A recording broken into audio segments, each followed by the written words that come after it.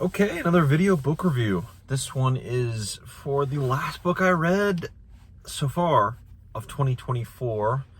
That's Legends and Lattes. It's most likely going to be the last book that I will be finishing for this year because it's currently the 31st.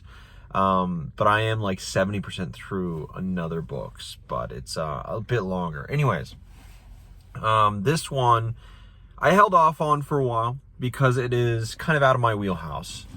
It is considered cozy fantasy, low stakes in a fantasy world.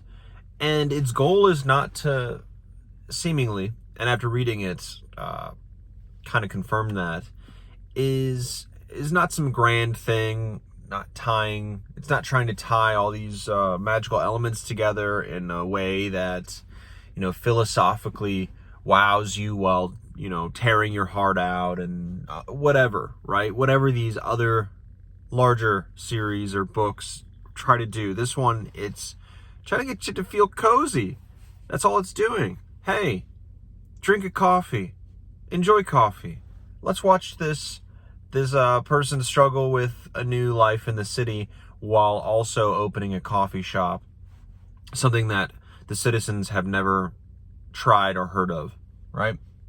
So in this book, there's like a concerted effort through that to kind of make you feel as cozy as if you were in, a coffee shop or like, I don't know, the den of your house, sitting on a big armchair, just enjoying your morning coffee, That's kind of what this aims to do.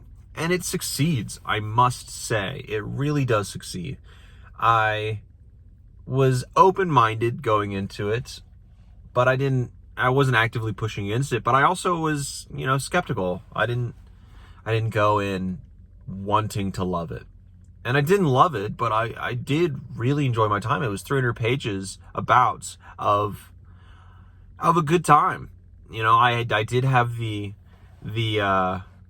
I guess help of a good setting, which was a family house during the holidays, sitting in an armchair with a coffee in my hand and not having to go anywhere, not having to run off to work or groceries or errands or go to the bank, that kind of stuff. It was just, what am I doing today? I'm reading and then enjoying, family time, opening presents, that kind of day, right?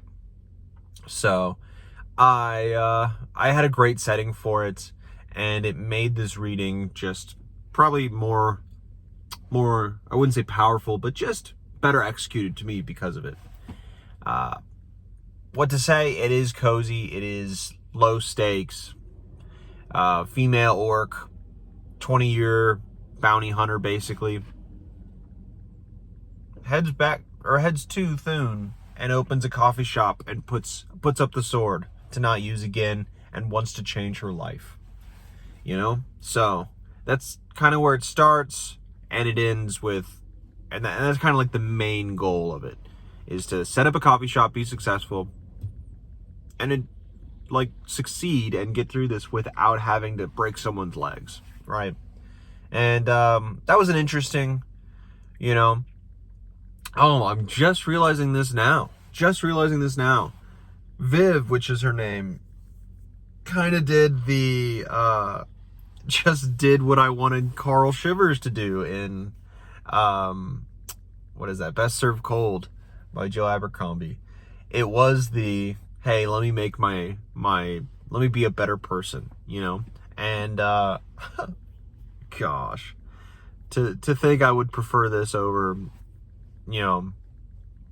a well-acclaimed book like that, and such acclaimed book like that. Like, they're miles different in all of those.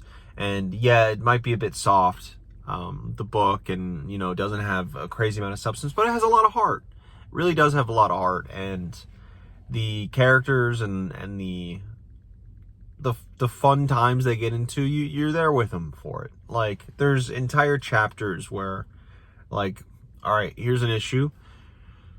Let's add something to the menu. Okay, let's try to figure out what's going to go on the menu. Okay, turns out it's going to be cinnamon rolls. That's the chapter. Another one. Okay, I'm dealing, I guess, with baked goods. Hey, the cinnamon rolls sell out really quickly. They take a while to make. The oven space is limited. So how can, our orc protagonist and the other owners and cooks and all that, how can they maximize potential here while also, keeping their customers fed, get more money from that? Okay, a new pastry, and I think they called it the thistle or thimble. I don't remember. Anyways, it's a harder baked good that keeps longer and people really enjoy. You dip it in your coffee, right? That's another one. But there's also, chapters where an enemy, let's call him an enemy from her past life, comes in and like really, really starts messing with the current life that she's trying to set up. And that kind of stuff is balanced really well. And I had nothing but a good time with this book. It goes by quickly. Cozy fantasy, I don't see myself reading a lot of, because it really is not my cup of coffee, really. But, for an outing here and there, in special occasions, when the mood is right and the sun is high, this is a great one to get into. So I highly recommend it for that purpose. If you really want to have a break between these big hefty books or something that really like sits with you for a while and you need some kind of breather, this is a perfect book for that. It's not a huge investment. You'll be done with it in a few days if you're busy, one day if you're not, like I was, and you'll feel refreshed after. All right, that's it.